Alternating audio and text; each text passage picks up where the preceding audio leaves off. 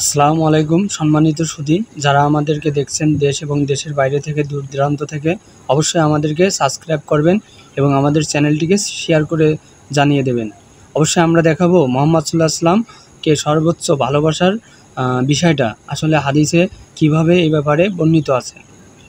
এখানে বলা হচ্ছে যে আমরা যখন ভালোবাসি আমরা কি কি বস্তুর উপরে ভালোবাসতে পারি। আমরা সাধারণত ভালোবাসতে পারি আমাদের পিতামাতা, আত্মীয় স্বজন এবং আমাদের সন্তান, সম্মতি এবং দেখা গেল অর্থ সম্পদ, অনেক কিছুর উপরে আমরা ভালোবাসতে পারি। কিন্তু আমরা প্রকৃতভাবে কখনো একজন ইমানদার মুমিন হতে পারবো না যতক্ষণ পর্যন্ত আমরা মুহাম্মদ সাল্লাল্লাহু আলাইহি ওয়াসাল্লামকে সম্পূর্ণরূপে ভালো না বাসবো। এটা কিভাবে? এটা হচ্ছিল আনাস রাদিয়াল্লাহু তাআলা আনহা থেকে বর্ণিত। তিনি মুহাম্মদ সাল্লাল্লাহু আলাইহি ওয়াসাল্লামের একজন বিশিষ্ট সাহাবী। তিনার বয়স ছিল 103। ওই সময় তিনি বলতেছে যে মুহাম্মদ সাল্লাল্লাহু আলাইহি ওয়াসাল্লাম কে আমরা ভালোবাসবো কেমন? আমরা ভালোবাসবো আমাদের সন্তান, আমাদের পিতামাতা, আমাদের আত্মীয় স্বজন, তার থেকে ঊর্ধ্বে যদি আমরা ভালো না বাসি আমরা প্রকৃতভাবে কখনো একজন ইমানদার মুসলমান হতে পারবো না। তো আমরা দেখলাম। আর এই ব্যাপারটা এটা বলা আছে কানজুরুল আপনার হচ্ছিল তানবিরুল মেশকাত হাদিস নাম্বার 5, কিতাবুল ইমান, এটা হচ্ছে হাদিস নাম্বার 5। তো অবশ্যই আমরা দেখলাম যে এখানে হুজুর পাক সাল্লাল্লাহু আলাইহি ওয়াসাল্লামের প্রতি ভালোবাসার প্রতি গুরুত্ব। তাহলে দেখেন, এবার আপনাদেরকে একটা বিষয় বলি।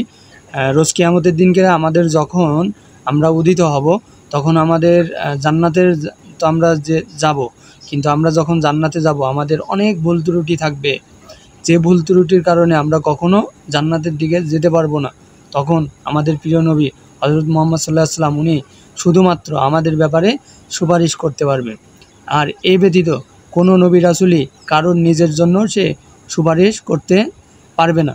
কিন্তু আমাদের মুহাম্মদ সাল্লাল্লাহু আলাইহি ওয়াসাল্লাম উনি কী করবে? উনি আমাদের সবার জন্য সুপারিশ করবে।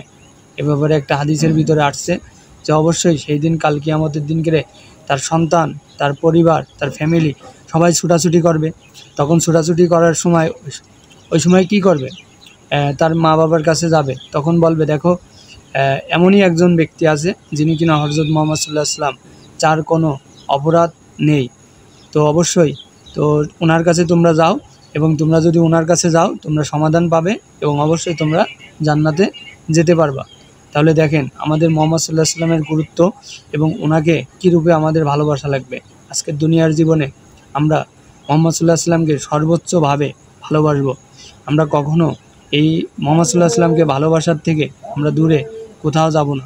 কারণ আমরা এমন একটা সময় আসছি, দেখেন আজ চারিদিকে পৃথিবীর সব জায়গায় পাপাচারী লিপ্ত। সব সময়ের জন্য ইমানের পথ থেকে মানুষ সর্বোচ্চ দূরে চলে যাচ্ছে দিন দিন।